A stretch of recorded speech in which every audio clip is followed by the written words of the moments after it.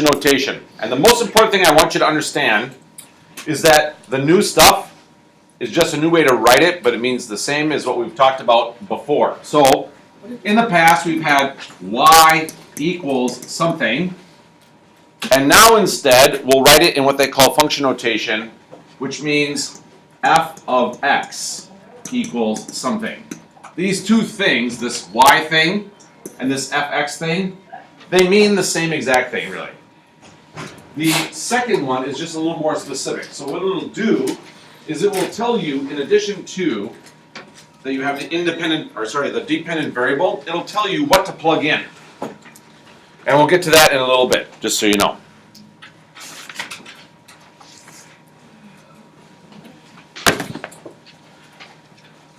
In math, we use the word function a lot, but sometimes people use it incorrectly. So you should know that a relation is talking about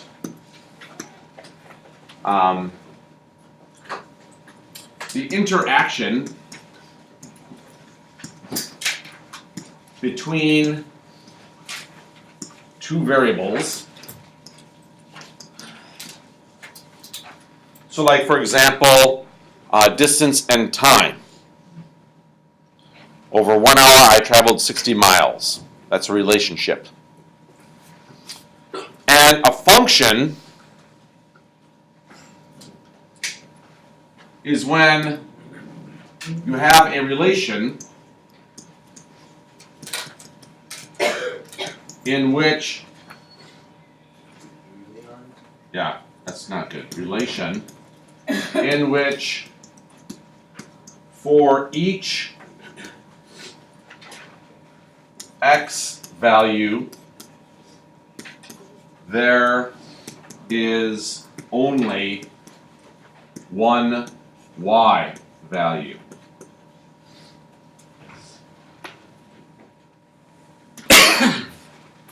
So down below here, right below this phrase of function, what we wrote down, you'll see two pictures. The picture on the left, you'll see a vertical line going through that red parabola. And what you'll notice is that it hits the parabola in exactly one spot. And then on the right picture for the red parabola, that's sideways, you'll notice that that vertical line is hitting the parabola in two spots. The one that hits it in one spot is a function because whatever this x value is, let's say maybe 1 for example, there's only one y value. Whereas in the second picture for that same x value of 1, there are two different y values, and that's the definition of what a function is and is not. So that's the light blue phrase that we wrote down. For every x value, there's only one y value, not more than one. So we always talk about in math that if you pass the vertical line test, then you're a function. So if you draw a vertical line anywhere on the graph and you don't hit more than one spot, you're a function. If you hit more than one, not a function. So draw a vertical line.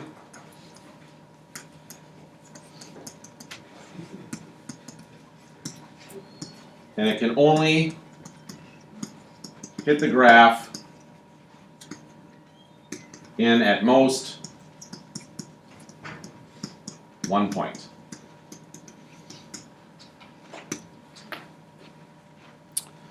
And function notation is just saying what we said at the very beginning. Instead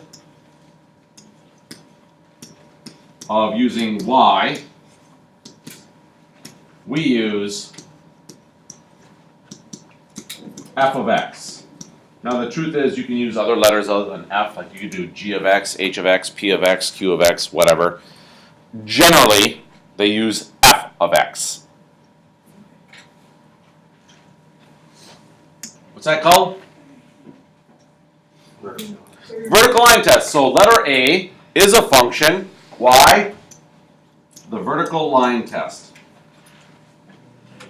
How about B? No. Same reason.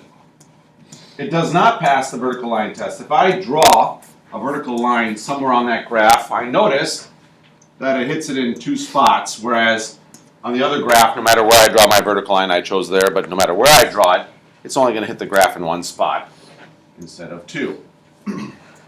Oh man, C's got a bunch of dots. Do any of the dots line up above each other? No. No. So this one is also a function, and I abbreviate with VLT for vertical line test. Okay, so that's kind of nice. In in D, E, and F, those are a little bit different. They have like a chart. Remember that it's about an x going to more than one y. So in picture B, the number, 2 went to two different values, 2 and 4. So for one x, there was more than one y. As I look at these charts, what I notice is that if I look at letter D, I notice that each of the numbers, 1, 2, 3, and 4, only go to one number. Each of those x's only go to 1. So letter D is yes, each x has one y. Letter E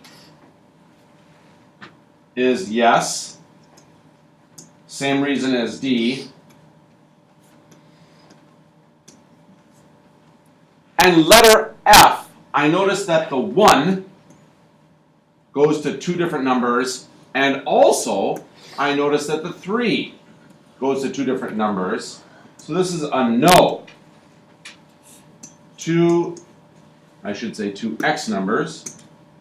It wouldn't matter if it's 1 or 2, but two x numbers go to more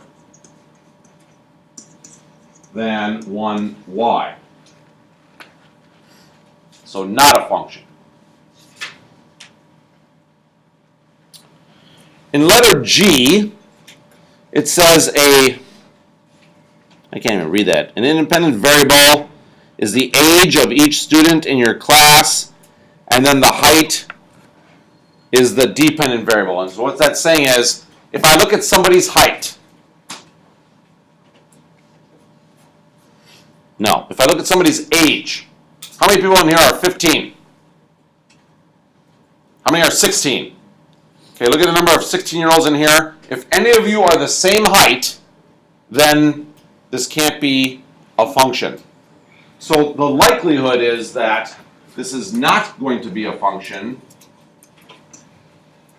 So more than one 16-year-old with the same height. So that's not going to work out. In H, it says the independent variable, that means x, is, I can't even read that. Can you guys read that to me? An automobile in the state of Kentucky, is that it? Yeah. Okay, and then the dependent variable is the license plate number. So maybe you don't know this as young drivers, but every license plate in a state has to have a different plate number. You're not allowed to have the same. That's how they can tell you apart if cops are trying to figure stuff out. So this is a yes, because there are unique plates in each state. So maybe Minnesota and Kentucky might have same plates, but one would be a Kentucky plate, one would be a Minnesota plate. Maybe. And then the last one says the independent variable is the day of the year, and the dependent variable is the time of the sunset. And so that's also a yes, because the sunset changes every single day. It might only be a few seconds later or earlier, but every day has a different sunset. So the day is the x, the sunset is the y, and every x has a different y value. Maybe the best way to say what's going on with the sunset is each day only has exactly one sunset time. That's it. In the second page, we're going to start talking about function notation and what it means. So remember, the most important thing probably today or one of the two most important things,